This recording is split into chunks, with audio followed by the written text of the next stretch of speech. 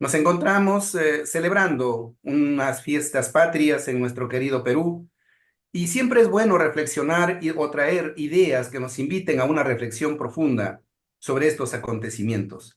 Es por ello que desde la Unidad de Responsabilidad Social de la Facultad de Humanidades de la Universidad Nacional Federico Villarreal, en una alianza estratégica con el Colegio Profesional de Antropólogos del Perú, vamos a conversar esta tarde con un antropólogo que se destaca por su nivel académico, reflexivo, sobre estas realidades y estos hechos políticos en nuestro país. Me refiero al magíster Raúl Marcelo Doroteo, quien es antropólogo, tiene una maestría, es docente universitario en la Universidad Nacional Mayor de San Marcos y en la Universidad Nacional Federico Villarreal.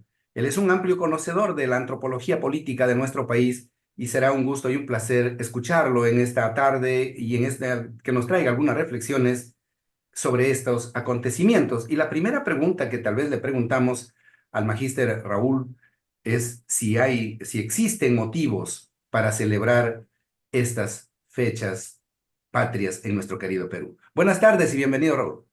Buenas noches. Buenas noches también con tu público. Bueno, la pregunta que usted acaba de formular me parece interesante. Motivos. ¿Existen motivos para celebrar las fiestas patrias? Puede ser que sí. Desde el discurso oficial, por supuesto, existen motivos, ¿no? Por esa razón, en los colegios, primaria, secundaria, estamos observando, estamos experimentando desfiles, por ejemplo, o escenificaciones del discurso de independencia de San Martín, por ejemplo, ¿no? O reproducir esta idea del sueño de San Martín, etcétera, ¿no? Entonces, sí hay motivos desde la oficialidad, con el fin de buscar consolidar una identidad nacional, ¿no? Pero si empezamos a analizar esta situación o este hecho histórico con la cual surge la República del Perú o el Perú independiente de los 200 años aproximadamente ya que tenemos de independencia, eh, tendríamos que desatar muchos nudos allí, ¿no? Y nos encontraríamos con muchas sorpresas. Por ejemplo, esta idea de las fiestas patrias del 28 de julio, de carácter nacional, ¿no? Esto fue una fiesta local, limeña, nada más, desde la proclama del año de 1821 hasta aproximadamente la década del 40, 50 del siglo XIX. Paz Soldán, con su pluma puntiaguda, es la que impulsa la idea del 28 de julio como una fiesta patria nacional. Bueno, hasta el día de hoy, ¿no? Valdelomar, Abraham Valdelomar. Él escribe en el año de 1917 El sueño de San Martín. O sea, allí recién se impulsa la idea de San Martín como un emblema de identidad nacional, por ejemplo, ¿no? O esta escenificación de una pintura de Juan Lepiani, por ejemplo, ¿no? Donde San Martín aparece dando su discurso de independencia. Ese es del año, de los primeros años del siglo XX, por ejemplo, ¿no? Entonces, esta idea de la fiesta patria, con la proclama de la independencia, el sueño de San Martín, 28 de julio, recién se fue estableciéndose casi a mediados, fines del siglo XIX, ¿no? Ahora, esta idea homogenizante ha terminado opacando otros procesos importantes que surgieron acá en los Andes, exactamente en este territorio de la colonia peruana. Es que me vino a la memoria que efectivamente lo que hace referencia, ¿no? Del sueño de San Martín y todo esto, me vino a la memoria que por el año 1821, por ejemplo, cuando se proclamó, estábamos en todos estos fervores de la llegada de San Martín y todos estos movimientos políticos que se daban en el acontecimiento, vea usted que acá en Lima se entonaba una marcha, una marcha, porque no había todavía un himno, sino se conocía como marcha, una marcha patriótica para la ciudad de Lima, que luego posteriormente eso se hizo una canción y que se convirtió en el himno nacional del Perú, pero estaba diseñada para la ciudad de Lima. Entonces ahí estoy amarrando una idea con lo que usted muy bien plantea, estimado Raúl, sobre ese centralismo y esa idea de querer unificar de una manera muy genérica a toda una realidad tan plural y diversa que es el Perú. ¿Qué opinas? Sí, desde luego que ha habido un proceso de que a partir del acontecimiento dadas en Lima, se busca homogenizar a nivel del territorio nacional, ¿no? Eh, Ahora, esto me parece que va con otra cuestión más interesante, diríamos, para poder analizar, ¿no? En el siglo XIX, lo que están surgiendo son los estados nacionales. Exacto. Y los estados nacionales lo que están buscando es construir una identidad nacional, ¿no? Entonces, a partir de eso, se inventan tradiciones, ¿no? Entonces, acá es muy interesante esta propuesta de Hobsbawm, ¿no? La invención de las tradiciones, ¿no? O las tradiciones inventadas, ¿no? Y lo que se está haciendo es inventar el himno nacional, inventar esta proclama de la independencia, inventar los símbolos patrios y se empieza a homogenizar, ¿no? Pero el problema es que todas estas cosas ocurren en Lima y se lo homogeniza en todo el territorio, ¿no? Y eso trae como consecuencia justamente lo que estuve mencionando hace minutos, ¿no? Se empieza a opacar, por ejemplo, las reivindicaciones de Crespo y Castillo en Huánuco, por ejemplo. ¿No? Una sublevación mestiza, una sublevación de indígenas, por ejemplo, ¿no? O las sublevaciones de Cela en Tacna, por ejemplo, o la sublevación de Pumacagua en la zona de Cusco, y así. O otras sublevaciones muy interesantes por la zona de Huaruchirí. Ninambilca, por ejemplo, un curaca muy importante, ¿no? Puerto Que Salia. buscaba ingresar a Lima, etcétera, ¿no? Entonces, esos acontecimientos locales han quedado opacadas, diríamos así, solamente se analiza o se habla de eso en círculos bien cerrados, ¿no? Pero no se habla, no se discute en las escuelas, en los colegios, no se está discutiendo, ¿no? Entonces por allí me parece que hay un problema, ¿no? Que hay un discurso homogenizante que ha terminado aplastando estas narrativas locales, ¿no? Pero yo diría acá en estos últimos años algo estaba ocurriendo, algo interesante. Por ejemplo, es el bicentenario de dos batallas en este año, la batalla de Junín y la batalla de Ayacucho. ¿Ya? Por ejemplo, hace poco estuve por Junín y allí en las paredes pintados es batalla de Junín. Pero eso es un discurso regionalista, es decir, nosotros acá se está consolidando la independencia. Y también hace poco estuve por la zona de Ayacucho y luego por la zona de Apurímac, está también pinta, por ejemplo, la batalla de Ayacucho, por ejemplo. Es regionalismo, ¿no? Entonces, eso me parece interesante que va a generar todo un debate, ¿no? Para poder quizás discutir críticamente, reflexivamente, esta idea de país homogenizante, ¿no?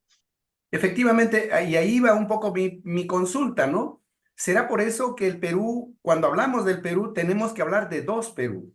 El Perú oficial y el Perú no oficial. El Perú oficial probablemente es lo que nosotros nos lo aprendemos desde las normas, las leyes y los símbolos que nos aglutinan, como lo que estamos conversando ahora, una bandera, una escarapela y qué sé yo, por ejemplo. Eso un poco que nos uniformiza. Pero ya cuando vamos a los temas centrales como lo que usted está planteando, ya nos pone en evidencia que existe un Perú oculto que no ha sido pocas veces reconocido. Y será por eso que hasta el día de hoy vamos enfrentando esas situaciones de discrepancias que se visualizan en los hechos políticos de nuestro país. Porque vemos que hay mucho de nuestras regiones, de nuestros pueblos originarios de la zona sierra, selva o costa que están en los lugares más remotos, pero no tienen una representación legal. Y eso porque justamente viene desde esa herencia, pues, colonial, pasando por la República y todos los momentos históricos de nuestro país. Eso es lo que puedo entender a partir de lo que usted está planteando. ¿Es así, mi estimado Raúl? Mario Vargallosa tiene una hermosa novela, ¿no? Conversación en la Catedral. Ah, ¿En qué momento se jodió el Perú, ¿no? Se preguntaba Zabalita andando por la avenida Tacna, por Colmena, por allí, ¿no? Yo diría que el Perú no se jodió, sino nació jodido, ¿no? De que se heredan muchos vicios de la colonia, ¿no? Una sociedad, por ejemplo, el racismo es, eh, es color de piel en la época de la colonia, se sigue reproduciendo en la época republicana, ¿no? Bueno, para poder explicar esta idea que he mencionado, ¿no? De por qué decir que el Perú nació jodido, ¿no? A ver, primero, el territorio nacional de la República es casi el mismo territorio de lo que fue el virreinato del Perú con la reforma borbónica que se diseñó. Uno. Dos, el nombre, Perú. Virreinato del Perú, Virreinato de República del Perú. Mientras que los vecinos países cambiaron los nombres. Nombres que fueron en la época colonial, por ejemplo. Ese es uno. Otro detalle. En la época de la colonia, hasta más o menos la reforma borbónica, mediato del siglo XVIII, los criollos también podían ocupar algunos cargos burocráticos, pero como hubo todo un problema allí, con la reforma borbónica se prohíbe que los criollos ocupen cargos burocráticos administrativos. Pero sin embargo, sigue siendo una ya. élite importante, significativa, de decisiones políticas, de decisiones económicas, en lo que es el virreinato. Ahora, llegada la independencia, este, la élite criolla peruana no estaba preparada para un proceso de independencia. Ellos tenían su identidad, su identidad, diríamos, política, social, allá en España, la madre patria de España. Entonces, luchar contra eso era algo imposible. ¿Ya? Pero sí, por supuesto, propusieron algunas ideas, ¿no? Hubieron reformistas, hubieron quienes proponían rupturas, etcétera, ¿no? Hipólito Unanue, Toribio Rodríguez Mendoza, todos ellos, ¿no? Pero no estaban preparados para un proceso de independencia. ¿Por qué digo que no estaban preparados? Porque era el contexto no ya tanto de discursos, sino eran los hechos, las acciones. Sin las acciones no se iba a llevar a cabo un proceso de independencia, ¿ya? Entonces, por allí ese comportamiento poco débil, diríamos, dubitativa de la élite criolla, ¿no? Pero ¿qué sucede? Cuando la administración colonial española empieza a debilitarse con la llegada de San Martín, de Bolívar, muchos de estos criollos empiezan a acomodarse en la administración pública. Por ejemplo, Hipólito Unanue. Hipólito Unanue fue un férreo defensor de la madre patria España. ¿Ya? Cuando San Martín llega a Lima, empieza con una negociación, la conferencia de Miraflores, por ejemplo. ¿Ya? Entonces, el representante de los realistas españoles allí fue Hipólito Unanue. O sea, estaba defendiendo lo que es la madre patria, España. Pero cuando se debilita el sistema virreinal colonial, San Martín empieza a tener una presencia política, diríamos, el tipo pasa al bando de los patriotas y llega a ser ministro de Hacienda incluso, ¿no? Entonces, ese tipo de políticos tenemos, ¿no? Ahora, dime, ¿que acaso ese tipo de políticos no lo tenemos en la actualidad? Que se pasan de un bando a otro bando, son herencias coloniales, ¿no? Por eso decía, ¿no? Nacimos jodidos como país, como sociedad, ¿no? Raúl, Este, discúlpame, solamente para acotarte un pequeño anécdota, lo que acabas de decir es clave y fundamental para entender nuestra crisis política actual y la que va a seguir existiendo. Recuerdo en una entrevista a un exministro en un programa de televisión, le preguntaron, porque ya había dejado el cargo, le dice, señor ministro, uno de los periodistas le dice, bueno, usted, señor ministro, acaba de dejar el cargo y bueno, pues, ¿qué pasaría si por cosas del destino mañana nuevamente le vuelven a convocar para que usted sea y ocupe la cartera de presidencia de Consejo de Ministros, algo así? ¿Qué haría lo primero? Y entonces el ministro respondió de una manera bien interesante. Le dice, mire, lo primero que yo haría es rodearme de un buen equipo humano para poder entender la problemática política, económica, social del Perú. Y el periodista inmediatamente le replica y le dice, ¿qué pasó? ¿Usted no ha tenido ahora en esta gestión asesores, gente especializada para el tema? Sí lo he tenido, le dice. Pero en esta oportunidad quisiera tener en mi equipo un antropólogo, un filósofo, un historiador y un estadista como en personas claves en mi asesoría como presidente de la PCM. ¿Y por qué? Porque justamente decía esto, porque él decía que los problemas sociales, económicos y políticos del país son cíclicos y son repetitivos. Y aquel que no conoce su historia, como decía creo que me parece un militar americano que decía, aquel que no conoce su historia está condenado a repetirla. Y entonces ahora cuando usted hace esa referencia y esa afirmación, me trae a la memoria ese hecho, porque justamente lo que viene ocurriendo ahora no es ninguna novedad, sino es algo que está amarrado con lo que usted acaba de manifestar.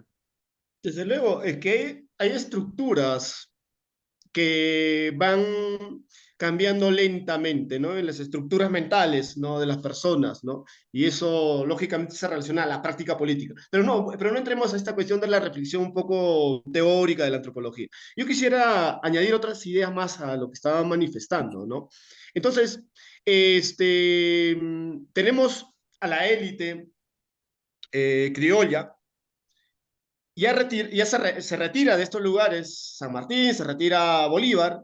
Entonces, a la élite lo que le queda es administrar ese territorio, ¿no? Pero era una élite que no tenía ningún proyecto de país, ¿no? No tenía ningún proyecto nacional, proyectos económicos, ¿no? O sea, ni tampoco había una unidad entre ellos, por ejemplo, ¿no? Para plantear algunos programas económicos, como otros países se la tuvieron. Chile, de alguna otra manera, con algunos problemas que tenía de inestabilidades, tenía una élite con visión de país, una élite con visión de, incluso, diríamos, geopolítico, ¿no? De convertir al, al puerto marítimo de Santiago en un puerto marítimo de carácter internacional, al menos en América del Sur. Tenían esa visión muy interesante, ¿no? Pero acá teníamos una élite que no estaba pensando en eso. Ahora estaban luchando entre las élites civiles y militares por controlar puestos burocráticos administrativos, ¿no? Para luego beneficiarse en términos económicos o para seguir resaltando su estatus social, ¿no? Por eso frecuentemente los golpes de Estados a lo largo de lo que es el siglo XIX, ¿no? Ese es otro problema de inestabilidad política. Y seguimos viviendo inestabilidades políticas, por ejemplo, ¿no? Donde la élite civil y militar tiene esa mentalidad aún todavía patrimonialista, ¿no? De tomar el Estado como su patrimonio, como su propiedad y beneficiarse, tener rentas de esa, ¿no?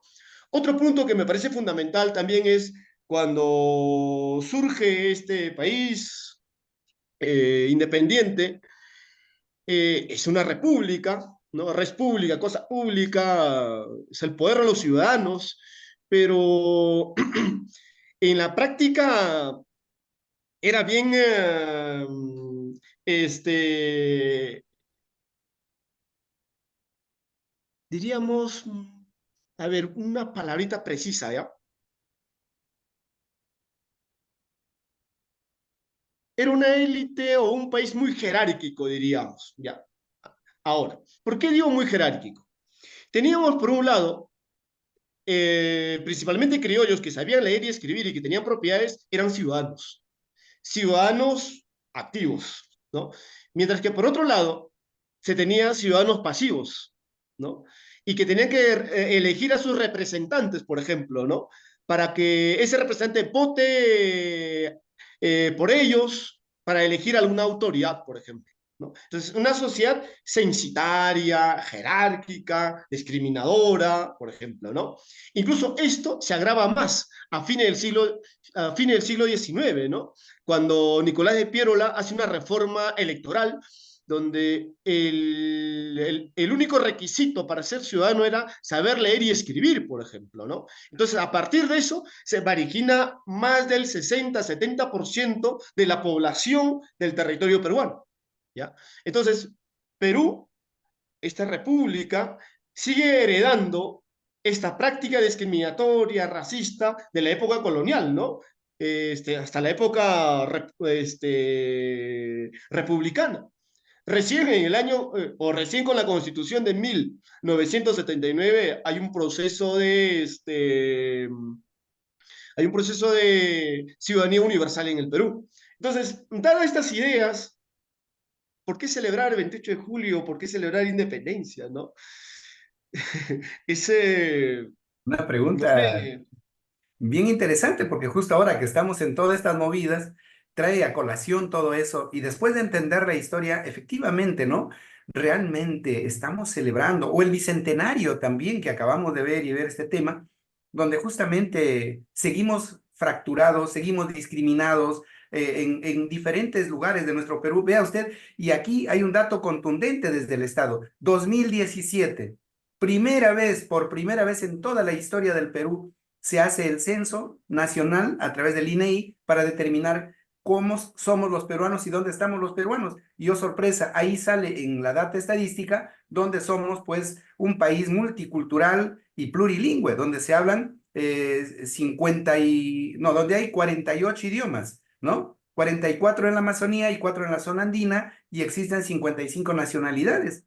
Y cuando hablamos de esta multiculturalidad, hace que se ahonde más la brecha de la discriminación, porque cada nacionalidad, vea usted, tiene una forma de expresarse, una forma de organizarse, una forma de establecer sus símbolos que los unifica, sus códigos morales y éticos que van a responder a diversidades culturales muy, muy amplias y plurales en nuestro país, que no son contempladas en ese Perú oficial. Por eso creo que yo también vamos a ver un hecho muy, muy muy fuerte que se dio cuando hubo el tema de la violencia en el Perú por la década del 80, ¿no? Después se hicieron muchos temas de ajusticiamiento desde el Estado cuando se empezó a sancionar a grupos humanos que hablaban, por ejemplo, solamente el quechua y no entendían para nada lo que eran las normativas nacionales y muchos fueron sancionados sin saber ni entender por qué lo hacían. Entonces se cometieron varias cosas de injusticia, por ejemplo, por mencionar alguna de ellas, y todo eso, vea usted, lo venimos arrastrando y lo mantenemos hasta el día de hoy. la independencia, la guerra de la independencia. Eh, Nos han narrado la llegada de San Martín, ¿no?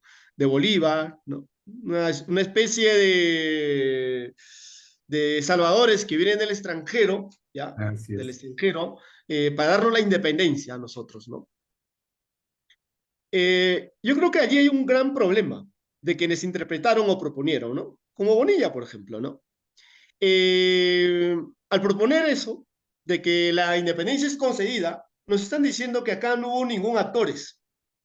Claro, hace poco yo también manifestaba que los criollos no estaban preparados, pero habían otros sectores sociales que estaban preparados y que lo he mencionado, ¿no? Por ejemplo, criollos o mestizos e indígenas de provincia.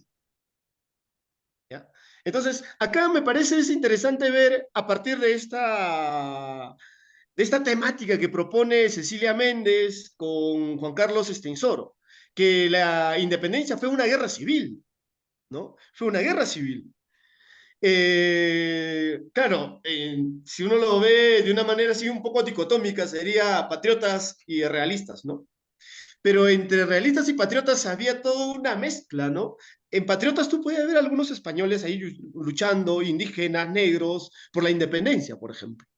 O en los realistas, tú veías indígenas, quechuas, poblaciones negras, luchando por mantener lo que es la colonia, por ejemplo. Una guerra civil, ¿no? Pero fue una guerra civil atroz, asesinato atroz entre ellos, ¿no?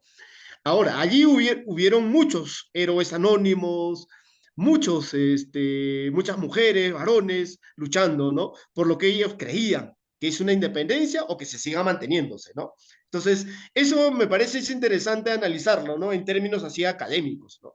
No tiene mucho significado esa celebración, ¿no? Yo creo que la celebración sería fundamental si se empieza a dar los espacios de cómo estos pueblos o comunidades han, sus tatarabuelos, etcétera, etcétera,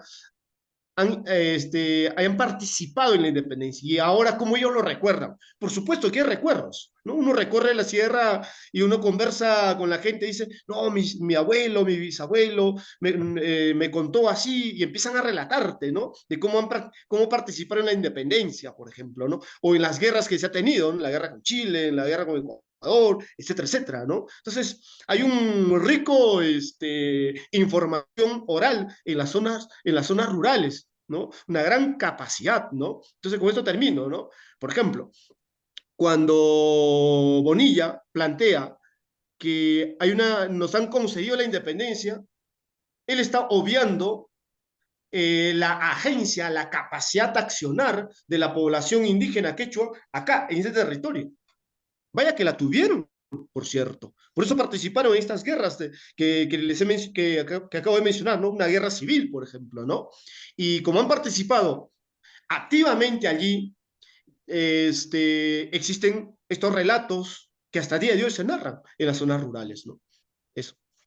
Interesante tu reflexión, si me gustaría conocer tu opinión sobre ese Perú fracturado y despedazado, porque el Perú, si nosotros miramos antes de la colonia, la conquista, tenía un montón de territorio que fueron luego progresivamente, fueron siendo cercenados y que incluso ahora último, hace unos días creo, estábamos viendo que hay una isla en la frontera con Colombia, perdón, que todavía no se define. Cuando eso ahí también hay una lucha en la guerra de Colombia con este tema de Leticia y que ahora es el Tabatinga por esta zona, donde eso era un territorio peruano y ahora no lo es. O lo mismo en el sur con Arica y Tacna, que están allí tan cercanos y que también nos arrebataron. Y lo mismo en el Ecuador, es decir, todas nuestras fronteras han sido cercenadas.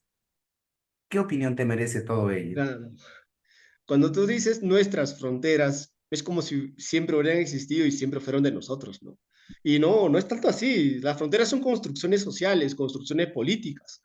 Con el proceso de la independencia, cuando van surgiendo los estados nacionales, se van diseñando líneas fronterizas, por cierto. Pero estas líneas fronterizas que se van estableciéndose desde la decisión de una élite, dividiendo familias. ¿Qué tipo de familias? Poblaciones étnicas amazónicas, ¿no? No recuerdo el nombre de un grupo étnico entre Perú, Colombia y Ecuador. Ellos vivían toda la zona de las riberas de los ríos, que articulaba a estos tres países que acabo de mencionarte.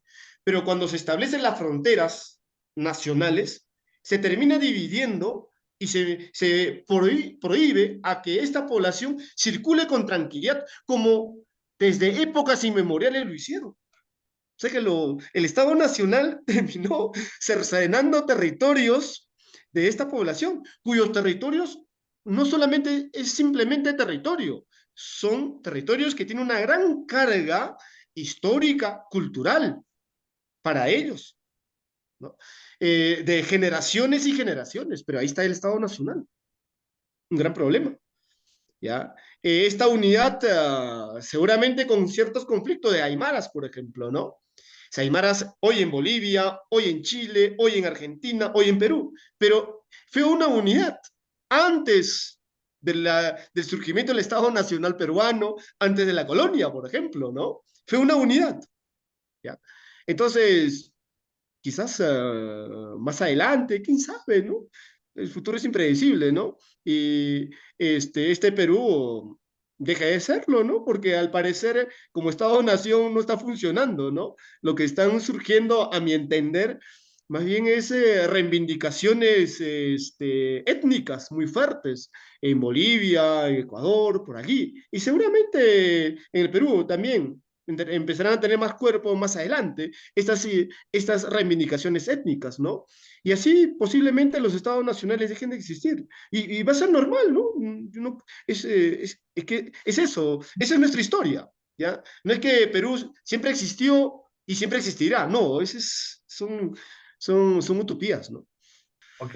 No, sí, definitivamente yo te hacía esa referencia porque, por ejemplo, tenemos a personalidades tan valiosas como Bernardo Alcedo, un mulato que llegó a ser uno de los precursores del himno nacional que tenemos en la actualidad y hubieron grandes personalidades. Pero en fin, estimado Raúl, estamos llegando al final de esta breve conversa que ha sido muy interesante. No sé si tienes algunas ideas o algunas reflexiones finales. Solamente decir que no me emociona mucho las fiestas patrias, ¿no? Posiblemente me emocionaba cuando estaba en el colegio, ¿no? Posiblemente, pero cuando uno va pues leyendo, informándose, uno se va dándose cuenta en qué realidad vive, ¿no?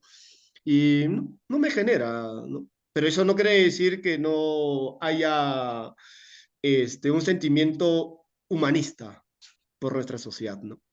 Definitivamente yo creo que su condición de antropólogo también le hace mirar esa realidad de manera crítica, porque más allá de mirar un Perú como si fuese una tabla rasa, una tabla en plana todo, ¿no? Donde todos nos unificamos en torno a un elemento simbólico o a un determinado percepción del Perú, creo que eso no nos, al contrario, nos pone de espaldas a una realidad tan plural y diversa como lo que usted ha hecho referencia y de tantos hechos históricos que han ido sucediéndose en las regiones o en ese otro Perú que digo que hacía referencia hace unos instantes, donde se asientan pues protagonistas. También hay personas que han trabajado por la independencia, por buscar una mejor reivindicación social y política desde las canteras de las regiones o las provincias, ¿no? Y que pocos son conocidos y poco se difunde a nivel de la educación. Entonces, también eso nos hace ser ajenos a nuestro dolor peruano a veces cuando se tiene que mirar estas discriminaciones o estos abandonos que hay en nuestro querido país. Vea usted que al Perú solamente se le conoce en los momentos más críticos. Por eso creo que su reflexión, estimado Raúl, nos ha llevado a repensar cómo debemos entender al Perú. Y coincido con usted en esa frase que lo tomó de Vargas Llosa, ¿no? De qué momento se jodió el Perú. Y la respuesta, pues, que usted lo ha dado, me parece, lo pinta de cuerpo entero, ¿no? Creo que ya nació jodido el Perú. Y ahora el problema está Y cuándo nos vamos a dar y cuenta. podemos añadir una idea más y con eso creo cerramos. Dale. Por ejemplo, una especie de analogía, Perú colonial, Perú república. Sí, pues, Seguimos siendo un país primario exportador de minerales. sí, pues, hasta el día de hoy. En la colonia, la beta más importante, Potosí, ¿no? Huancavelica, Cerro de Pasco, por ejemplo, ¿no? ¿Cuánta mano de obra de miles y miles de personas, ¿no? Que se lo sometió a una dura explotación allí, por el hecho de ser indígena, de ser quechua, por el color que tenían, ¿no? Sometidos allí y generando riqueza para la élite colonial. Lo mismo diríamos en términos generales, términos generales. Lógicamente que hay diferencias, ¿no? Pero en términos generales seguimos siendo un país primario exportador. Uno recorre la sierra, uno observa pues socavones mineros, observa este, que sacan oro, plata, etcétera, etcétera, pero en bruto se la llevan, ¿no?